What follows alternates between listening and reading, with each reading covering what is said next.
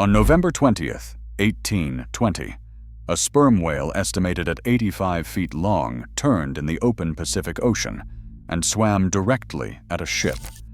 Not a whaleboat, not a skiff, a full-sized 87-foot merchant vessel built of oak, crewed by 20 men, and loaded with hundreds of barrels of whale oil.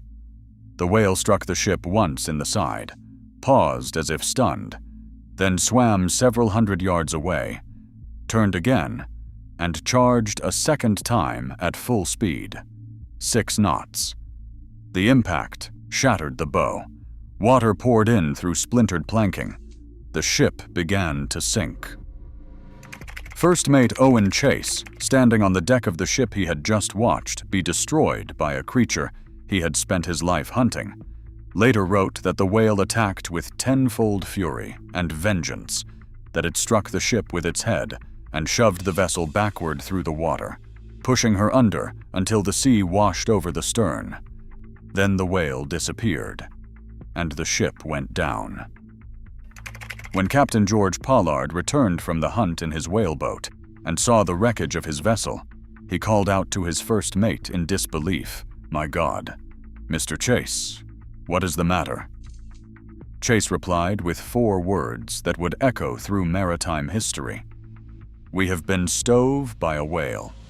The ship was the Essex, out of Nantucket, Massachusetts, and what happened to her 20 crew members over the next 93 days would become the most horrifying survival story in the history of the sea.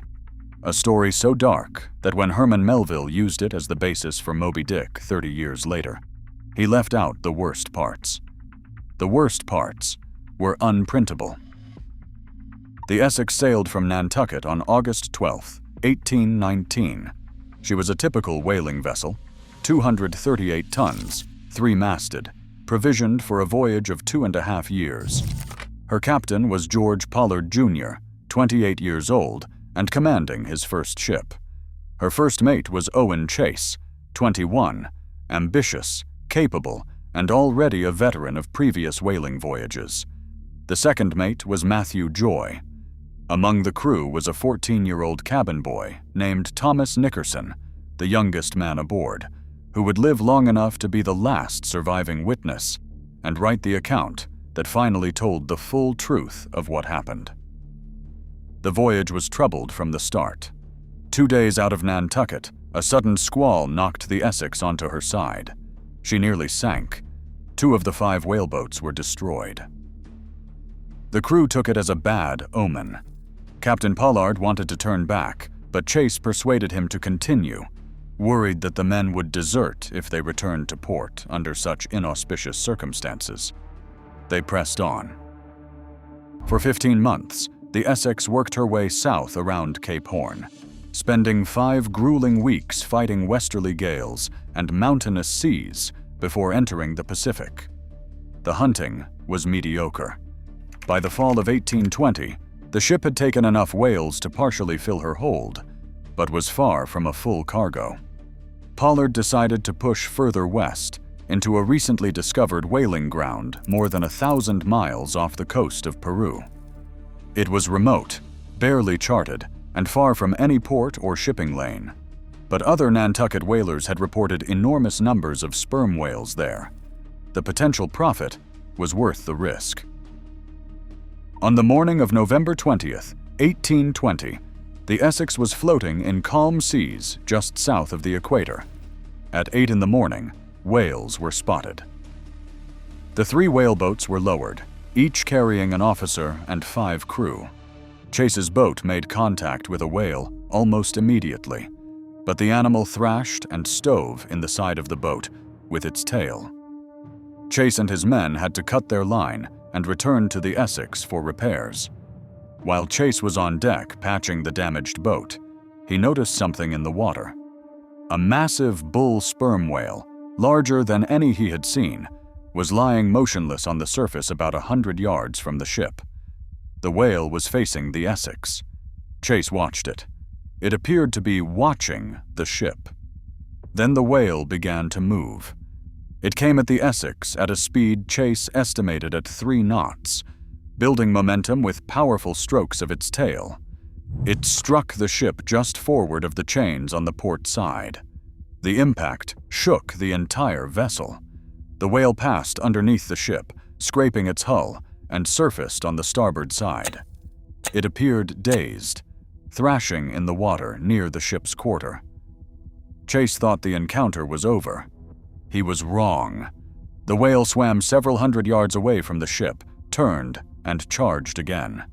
This time it came at full speed, roughly 6 knots, driving through the water with what Chase later described as tenfold fury and vengeance.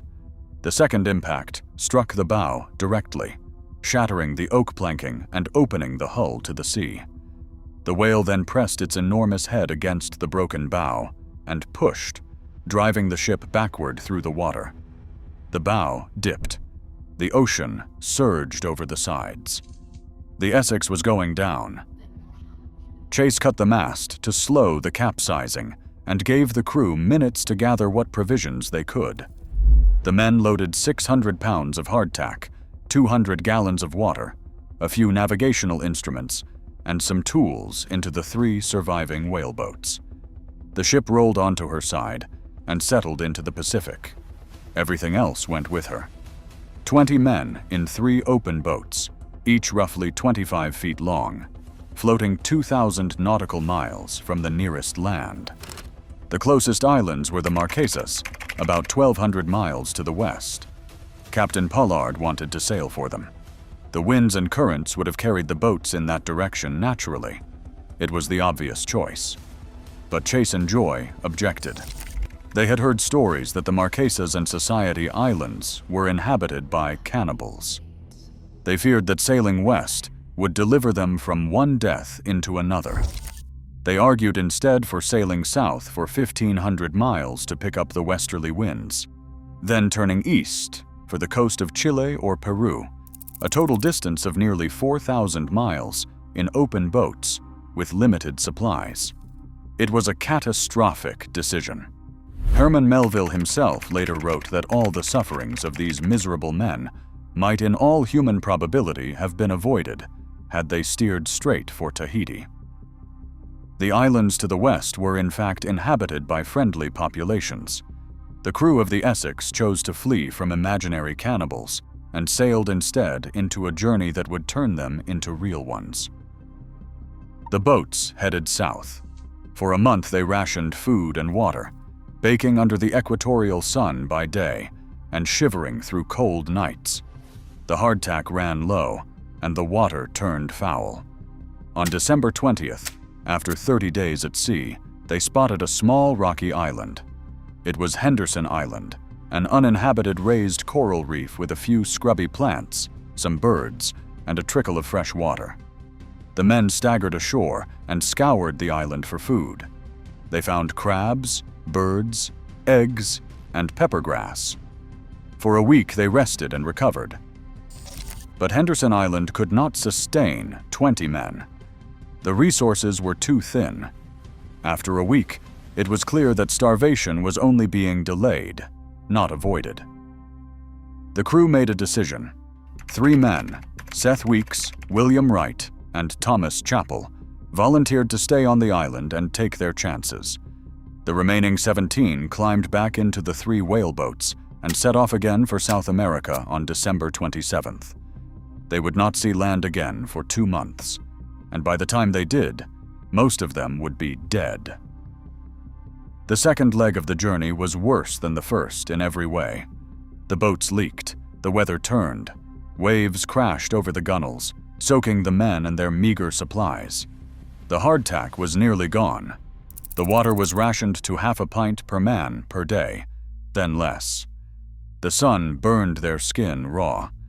The salt water opened sores that would not heal. On January 10th, 1821, second mate Matthew Joy died of starvation and exhaustion. He was given a sea burial. The crew sewed his body into his clothes and lowered him into the Pacific. It would be the last time anyone aboard these boats committed a body to the ocean rather than eating it. Within days, another man died, and then another. The men who remained were now facing a decision that none of them had prepared for. The bodies of their dead shipmates were the only food available. The alternative was to die alongside them. They chose to live. They ate the dead. It was not an easy decision, and it was not made lightly, but it was made. The survivors stripped the flesh from the bodies, dried it in the sun, and consumed it. They cracked the bones and sucked the marrow. This practice, known in maritime law as the custom of the sea, had a long history. When men were starving at sea and no other food existed, the consumption of the dead was considered a grim but accepted means of survival. It had been practiced for centuries. What had never been accepted was what came next. On January 28th, the three boats lost contact with each other in rough weather. The boat commanded by Obed Hendricks, the third officer, disappeared and was never seen again. A whaleboat with 3 skeletons was later found washed up on Ducie Island, but it was never confirmed whether they were from the Essex. Chase's boat and Pollard's boat sailed on separately, each crew dying by inches. In Chase's boat, 3 men died over the following weeks and were consumed by the survivors. Chase, Benjamin Lawrence, and Thomas Nickerson, the 14-year-old cabin boy, held on. In Pollard's boat, the situation was more desperate. By early February, the dead had been eaten and the living were starving again. 4 men remained: Captain Pollard, his 18-year-old cousin Owen Coffin, Charles Ramsdell, and Barzillai Ray. They were skeletal, delirious, and days from death. On February 6, 1821, Charles Ramsdell, who was himself a teenager, made a proposal. They should draw lots. The man who drew the short straw would be killed so that the others could live. It was the custom of the sea, the final and most terrible extension of the same principle that had allowed them to eat the dead. Only now they would not be eating a man who had already died. They would be choosing one of their own to be killed.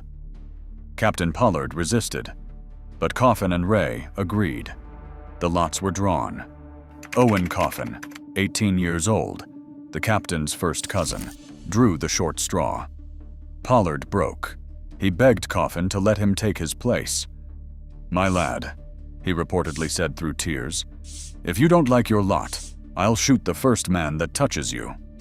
But Coffin refused. He accepted his fate with a composure that every account of the event describes as extraordinary. He told his cousin that it was his right, that the lot had chosen him, and that the others should live. A second drawing determined the executioner. Charles Ramsdell drew the lot. Ramsdell, who was Coffin's close friend, raised a musket and shot Owen Coffin in the head. The 3 surviving men dismembered and consumed Coffin's body over the following days. 5 days later, Barzillai Ray died of starvation. Pollard and Ramsdell ate him as well. For the next 12 days, the 2 men drifted alone in the open Pacific, sucking on the bones of their dead shipmates, slipping in and out of consciousness, waiting for death or rescue, whichever came first. On February 18th, 90 days after the Essex sank, Chase's boat was spotted off the coast of Chile by the British merchant ship Indian. Chase, Lawrence, and Nickerson were so weak they had to be lifted from the boat and carried to the captain's cabin. They had been out of food for days. 5 days later, on February 23rd, the Nantucket whaleship Dauphin came alongside Pollard's boat near St. Mary's Island off Chile. The crew of the Dauphin found Pollard and Ramsdell emaciated beyond recognition, clutching the bones of their dead shipmates and refusing to let them go. 93 days after the Essex went down, the ordeal was over. The 3 men on Henderson Island were rescued separately on April 9th by the British ship Surrey. They had survived 102 days on birds, berries, and rainwater, and were barely alive when found. Of the 20 men who sailed on the Essex, 8 survived and 12 died. Some died from starvation, some from exposure, and some were eaten after they died. One of them, Owen Coffin, was killed by his friend so that his cousin could live. The survivors returned to Nantucket to a community that received them without judgment. Cannibalism in extremity was understood on an island whose entire economy depended on sending men to the far ends of the ocean. The custom of the sea was known, and it was accepted. What was harder to accept was what had happened to Owen Coffin. His mother could never bring herself to be in the same room as Captain Pollard again. Pollard went back to sea within 8 months. He was given command of the whaleship Two Brothers. She was wrecked on a reef in the Pacific on her first voyage. The crew survived, but Pollard's reputation did not. He was labeled a Jonah, a cursed captain. No shipowner would trust him with a vessel again. He retired from the sea and spent the rest of his life as a night watchman on Nantucket. Every year, on November 20th, the anniversary of the whale's attack, he locked himself in his room and fasted in memory of his lost crew. Owen Chase wrote his account of the disaster within 4 months of returning home. The narrative of the most extraordinary and distressing shipwreck of the whaleship Essex was published in 1821. Chase returned to whaling and commanded ships for the next 2 decades, but he was never the same man. He suffered debilitating headaches, and in his later years, developed an obsessive compulsion to hoard food, hiding it in the attic of his house. The starvation had broken something in him that never healed. He died in 1869. Thomas Nickerson, the cabin boy who had been 14 years old when the whale struck, became a sea captain himself. Late in life, he returned to Nantucket and wrote his own account of the disaster, 56 years after the event. The manuscript was lost and not published until 1984, more than a century after his death. And then there was Melville. In 1840, a young Herman Melville was serving aboard the whaling ship Acushnet when he encountered William Henry Chase, Owen Chase's son, who gave him a copy of his father's published narrative. Melville read it and was consumed by the story. He later met Captain Pollard on Nantucket and spoke with him about the Essex. Pollard told him the full account, and Melville later wrote that the old captain, recounting the ordeal, said his head was on fire at the recollection, and that he hardly knew what he said. Melville used the Essex as the foundation for the climax of Moby-Dick, published in 1851. The white whale, ramming and sinking the Pequod, is taken directly from the Essex. Captain Ahab's obsessive fury mirrors the whale's apparent deliberateness in attacking the ship. But Melville left out the worst of what followed: the 93 days in open boats, the eating of the dead, the drawing of lots, the execution of Owen Coffin, the bones that Pollard and Ramsdell would not release. He couldn't print it, not because it wasn't true, but because the truth was too much. Even for a novel that was extravagant in every other way, the real story of the Essex exceeded what fiction could hold. The whale sinking the ship was dramatic. What the men did to each other afterward was something else entirely.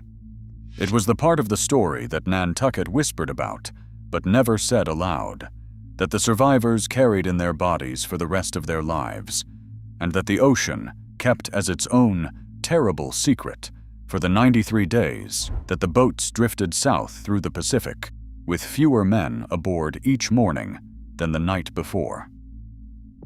The Essex was the first documented case of a sperm whale deliberately sinking a ship. It would not be the last. In 1851, the same year Moby-Dick was published, a sperm whale rammed and sank the whaling ship Anne Alexander in the Pacific. When Melville heard about it, he reportedly said that he wondered if his evil art had raised this monster. But the monster was always there. The men of Nantucket spent their lives hunting it, and on November 20th, 1820, it turned and hunted them back. If you want to hear the stories of what else the sea has taken and never returned, subscribe. There is always another ship that never came home.